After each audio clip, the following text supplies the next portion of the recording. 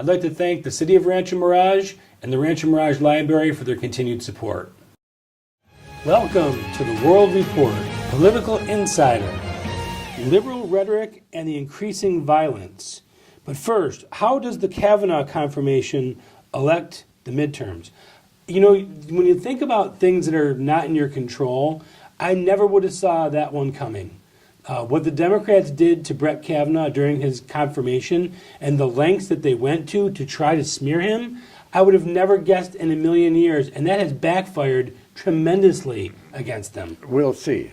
They're saying that that's not true. They're saying that they made the effort, they weren't successful, but once they control the Congress, they will impeach.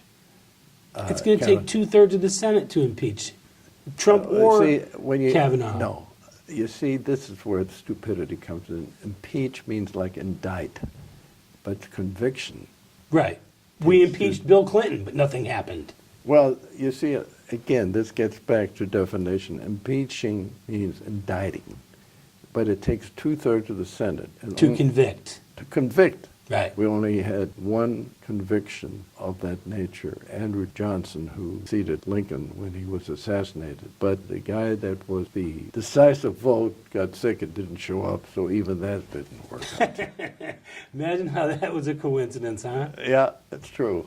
So I do think that there's an effect from the Kavanaugh effect. Watching these people scream and claw at the Supreme Court doors, and to the lengths that Kamala Harris and Heidi Heitkamp and some of these Democrats went to try and smear this guy when he's been around for 30 years, I just have never seen anything well, that low. Well, not only that, though, you know, the way they behaved in the galleries. You're supposed to, when you're in the galleries, you're a guest of the Senate to watch. And they started screaming and hollering. Anybody with half a brain realized that these people are just a bunch of disorganized, crazy, spoiled brats. Yeah, little kids that didn't get their way. Yeah, exactly. And do you remember what Barack Obama said? Elections have consequences. Yes, they do, on both ways. That's exactly right. In a free country, that's the case. And if you notice, most of the Senate races that were fairly close are now starting to pull away with the GOP leading. Indiana, North Dakota, Ted Cruz in Texas. No matter how many billions of dollars George Soros has thrown into the equation, it isn't going to help him because just like everybody expected Hillary to win the election. They didn't think that Trump had a chance. And why? And the polls all indicated she would win. Well, what happened? How could this happen? Because the people that are on the polls will say what is the conventional thing to say. Right. The polls don't reflect the country. No, they try to affect the country.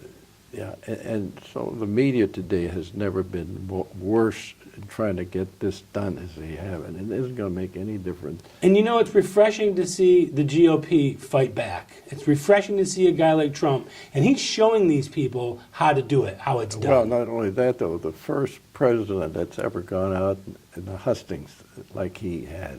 I mean, you just think about it. Most presidents like to sit in the White House and pontificate.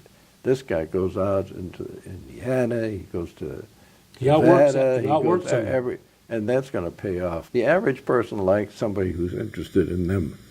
I'd like to thank the City of Rancho Mirage and the Rancho Mirage Library for their continued support.